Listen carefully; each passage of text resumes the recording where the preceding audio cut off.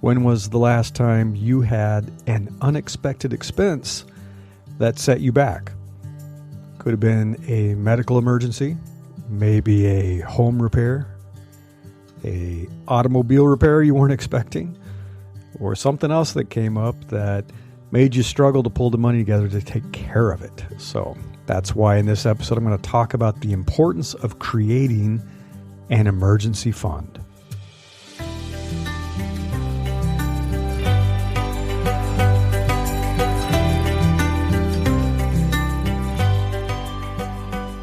I'm Larry Cornett, and this is Invincible Life. Well, I'm going to wish you an early happy holidays. We're heading into the end of December 2024, so I know things are winding down. People are getting ready to take off from work, or maybe you're already on your break from work and starting to spend more time with family. Maybe you're going to be traveling.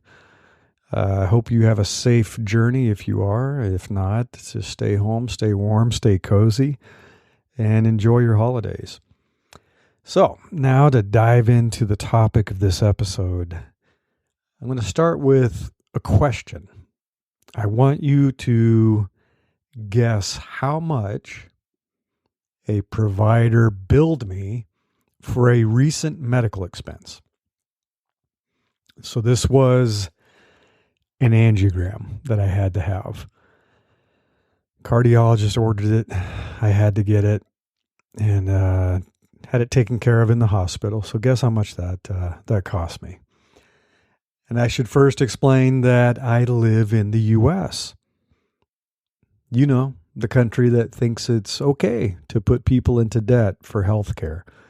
If you don't live in the U.S., you're probably wondering, why would you have to pay that much for a procedure? Well, a little bit different here in America.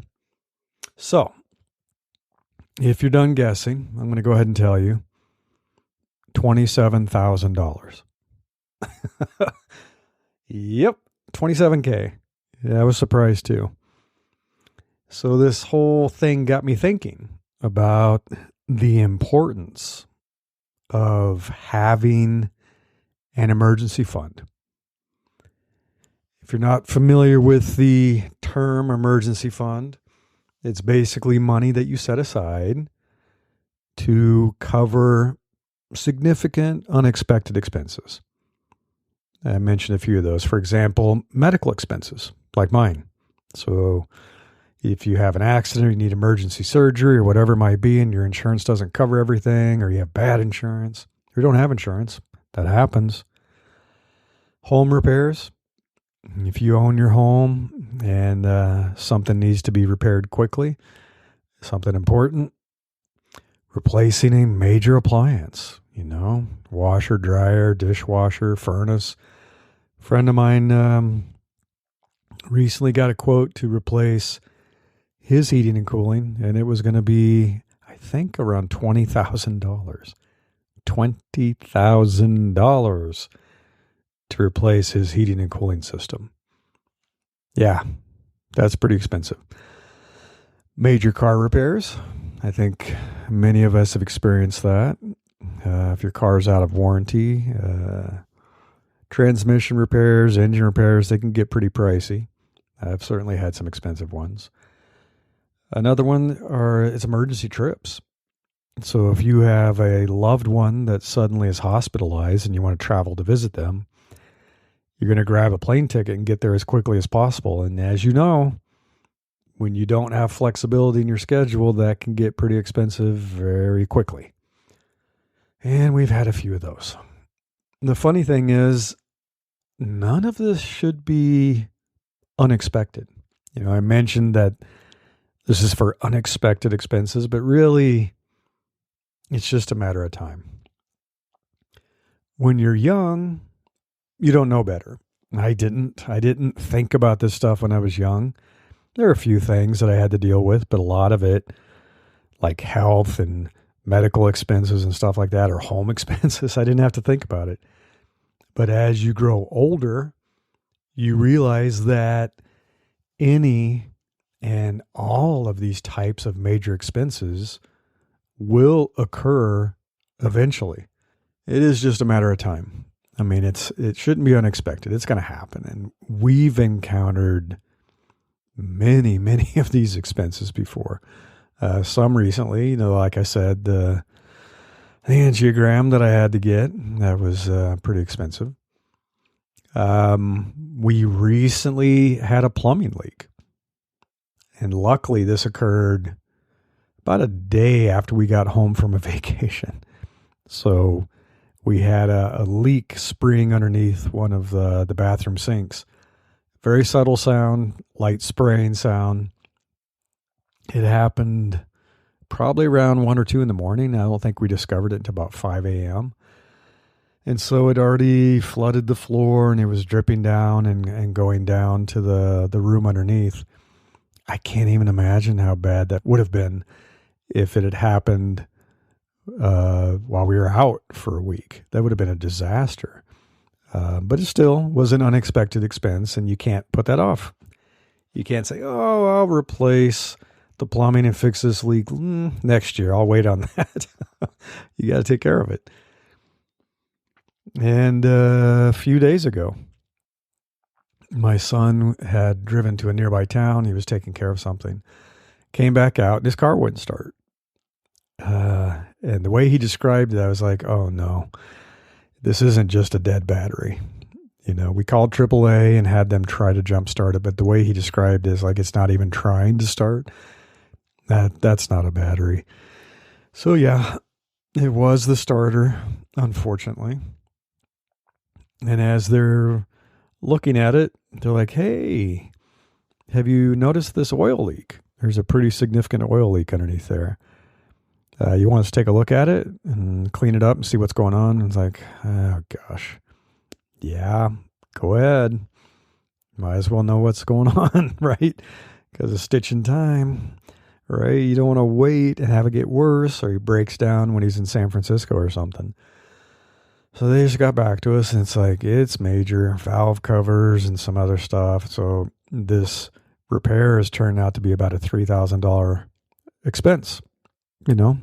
Not expected, but should be. Used cars, old cars, they need repairs.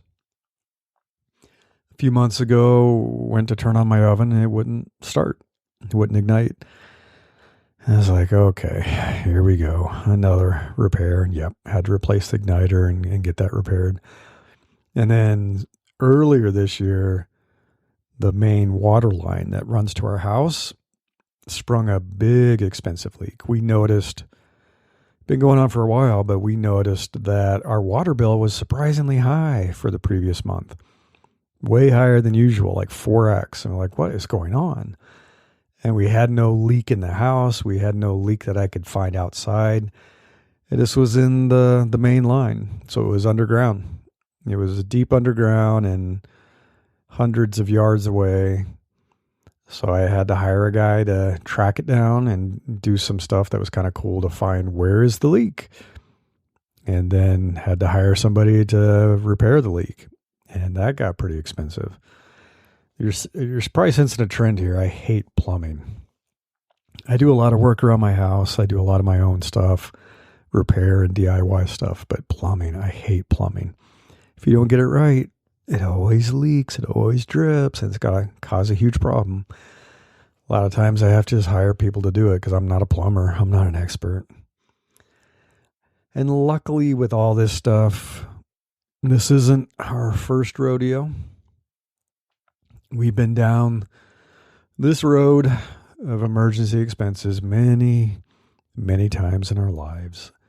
And so we learned many years ago to put money aside, to have an emergency fund that we could tap into when it's needed, when something comes up. Because in the old days, when we were younger, a lot of this just ended up being put on a credit card. And credit cards have terrible interest rates. They are not very competitive lately. They're pretty bad. So you don't want to be putting $5,000 on a credit card and dealing with that. You don't want to be tapping into your retirement account. And I know some people have had to do that, where they've drained their retirement account to pay for some stuff, or taking out a loan or whatever that might be. So you will feel a lot better about this happening. It's never going to feel good, but you're going to feel a lot better if you have an emergency fund that can cover some of it or all of it. And I know telling people they should have an emergency fund is much easier than actually making it happen. And everybody's like, that's nice. Be great to have an emergency fund. Where's that money going to come from? So you got to figure that out. Where does this extra money come from? How can you save to fund the fund? There's various things that we've done over the years and other advice that people can give and have given. So a few ideas. One is automatically put a small percentage of your paycheck into this emergency fund. And people do this for a lot of reasons. People will say, hey, take a percentage and put it in my retirement. That's a big one, obviously, people do. Or take a percentage and put it into a vacation fund or a fund to buy a car or a home at some point. So you can do a similar thing and just say, hey, I'm going to take 1% of my paycheck or whatever you think is right and put it into this fund. And do it automatically, so it's kind of not a choice. So you have to say, oh, I don't want to do it this month. I don't want to do it this month. And you could do this until it reaches a certain level. So once the fund reaches a level that maybe knowing your lifestyle and knowing where you live, because having an emergency fund, you're probably going to need a bigger one in California or Hawaii or New York than you need in Kansas. I grew up in Nebraska, so I know. I know that things are not quite as expensive, hiring a plumber and things like that versus in the big city in California. So figure out what it is. And once you get it funded to a level where you feel secure and a little bit safe, maybe you could stop doing that. But if it's out of sight, it's out of mind. Have that money go automatically there so you aren't tempted to not do it. You aren't tempted to use it for other things like, oh, I want to go to the Bahamas, whatever it is. Another idea, if you have a cashback credit card, you can put those rewards into your fund and just pretend you don't have that money. I've been doing this with a cashback card. So I have a cashback card and I just pretend that doesn't exist. I barely ever look at it. I glanced at it the other day and I was like, oh, this is a decent emergency fund now. So I just pretend it doesn't exist. I don't touch it. I don't think about it. And that way, if I really, really need it, something goes wrong, I can use it. I have the money. So it's another way to kind of trick yourself to say, hey, I'm going to fund this with money that I just pretend I never had anyway. And a cashback card is a good way to do that. The other thing you could do is cut some expenses. I think all of us probably are spending money on some things that we could cut back. I don't even know the stats on this, but very few households have a real budget, and definitely even fewer probably follow the budget. So you could take a look at where you're spending money, where you think you could cut back, and redirect some of that money into your fund. And I have an example from my own life from many, many years ago. So when I used to work at eBay, this is a long time ago, there was a Starbucks, about a block away. So a lot of us would hit the Starbucks to get coffee and, a treat or a scone or whatever. And we'd have meetings. Like if you had a meeting with employees or your direct reports, whatever, you take them to Starbucks and get a coffee or buy them a coffee and have a chat. Sit outside, enjoy the nice day. That adds up. Because if you are somebody who goes to a coffee shop or Starbucks or whatever, you know that unless you get the basic small black coffee, those things are pricey. They get pretty expensive. If you add treats to it, and if you're buying for someone else, before you know it, you've spent $15, $20. And I used to go 1 to 3 times a day. So I did the math on it one day. And because I had Starbucks gift cards that I used, I'd reload them. So I knew what I was spending. And I was a manager, so I'd take people there and buy them coffee, and we would have our meeting. So I looked into it. It's like, 50 weeks out of the year, 5 days of the week, going 1 to 3 times a day. I was spending anywhere between $2,000 to $4,000 a year at Starbucks. I know that sounds insane, but if you are a regular at Starbucks and you drive through and get your Frappuccino every morning or stop in to get your afternoon fix, do the math on it, add it up. You'd be surprised how quickly that becomes a few $1,000s a year at Starbucks. That could go into a really nice emergency fund. So I stopped doing that. I stopped. I started making coffee at home and got really good at making coffee. I actually think my coffee's better than Starbucks coffee. I do pour over. I have an AeroPress. I can make some really good coffee, and I do fresh ground beans. I even have experimented with roasting my own beans. So yeah, you stop doing that, you can put a few $1,000s into an emergency fund. The other is to take a hard look at your monthly subscriptions. You'd be surprised, and there are a few services that can help you do this, but you could look through various monthly subscriptions you have. A big one that a lot of people have is streaming, stuff that you watch on TV like Netflix and Hulu and Prime and everything. Take a look and see, am I really using all of these? We have some that there's a few shows we like on this service versus that service versus Apple TV versus Hulu. So we'll watch the season of that show and then we will pause the subscription. Or sometimes they don't want to play that game, so you just cancel it. So we'll cancel Hulu and then turn it back on next year if there's another season of the show we like. Same with Netflix. We've done that many times. And so rather than spending on every single service every single month, and often for shows or for things you're no longer even watching, turn it off and put that money into a fund. I looked at some data on this, and about 25% of households spend more than $75 a month on streaming subscriptions. And that adds up, right?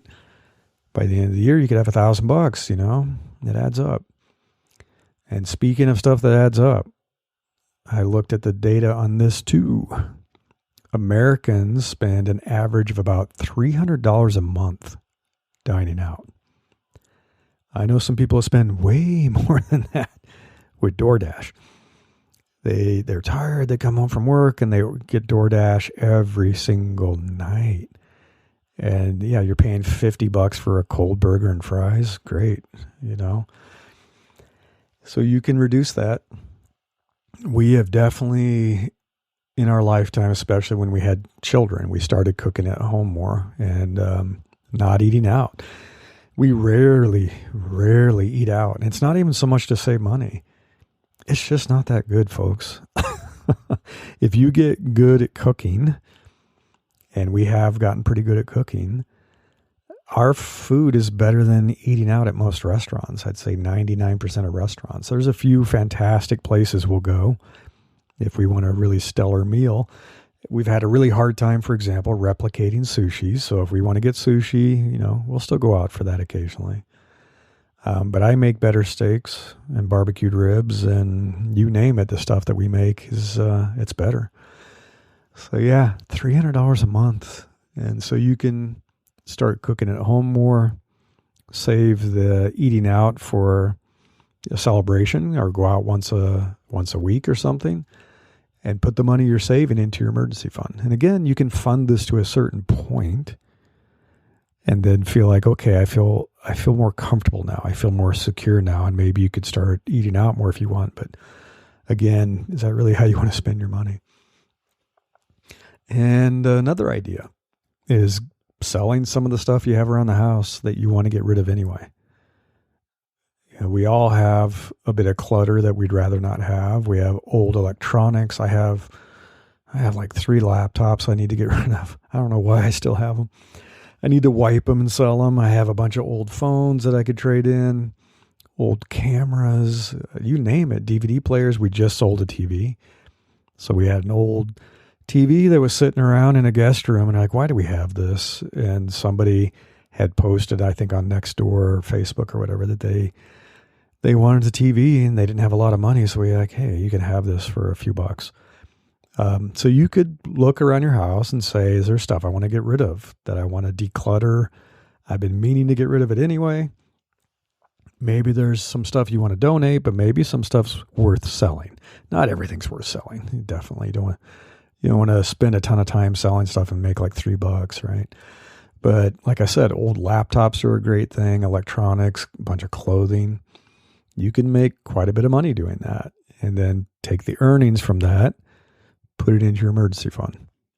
And that will help you feel a little more secure and sleep better at night.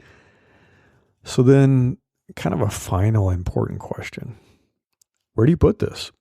Where do you put your emergency fund? Do you just want to keep cash in a shoebox? Probably not. It doesn't feel good to be putting a bunch of money into a fund and have a few $1,000s or whatever, and it's just sitting there, not earning anything. So, but you don't want to lock it up in stocks or bonds or anything like that either, right? So you have to have something that's easy to access, but it's doing something. Your money is making money.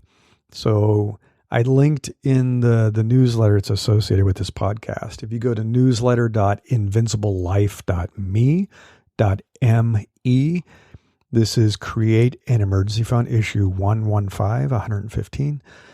I linked this, so there are high yield savings accounts where you could store the funds while you're waiting to use them, and hopefully it'll be a long time before you need to use them, and that money can keep growing. That's fantastic. You're making your money work for you.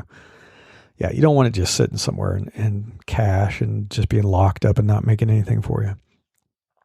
So that makes you feel a little bit better about that. And again, no one enjoys having to do this.